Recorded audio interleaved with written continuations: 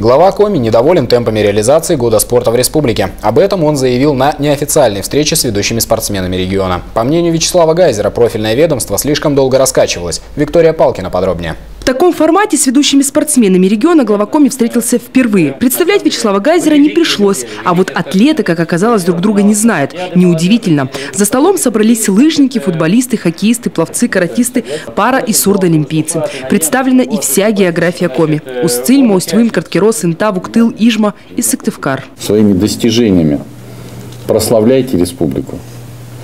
Формируйте ее имидж, потому что республика всегда была славна не только тем, что мы здесь добывали уголь и добываем, да, нефть и газ, но и в первую очередь, конечно, людьми.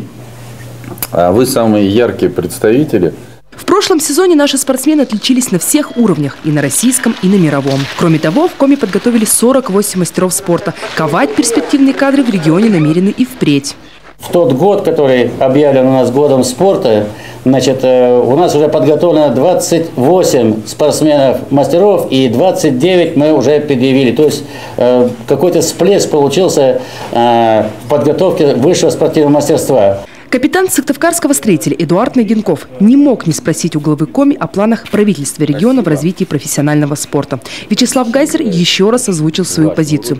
Содержать клубы республика не будет, а вот помочь готова. Только финансовыми вопросами должны заниматься менеджеры команд. И именно от их грамотной политики зависит благополучие. Сейчас же сами хоккеисты уже закончили ледовую подготовку и занимаются в зале. Отпуск у нас еще не начался, потому что у нас до 30 апреля контракты.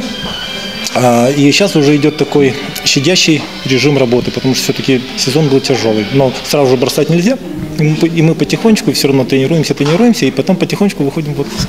Говорили и о том, что в Коми активно развивается спортивная инфраструктура. Работы идут и на лыжном комплексе Рыси-Сметайной, строятся базы в районах. Готовится к запуску и центр единоборств. Новоселье ждут сотни спортсменов. Очень радостно, что в этом году и в следующем году открывается новый центр боевых искусств, где спортсмены нашей республики должны выйти на новый уровень.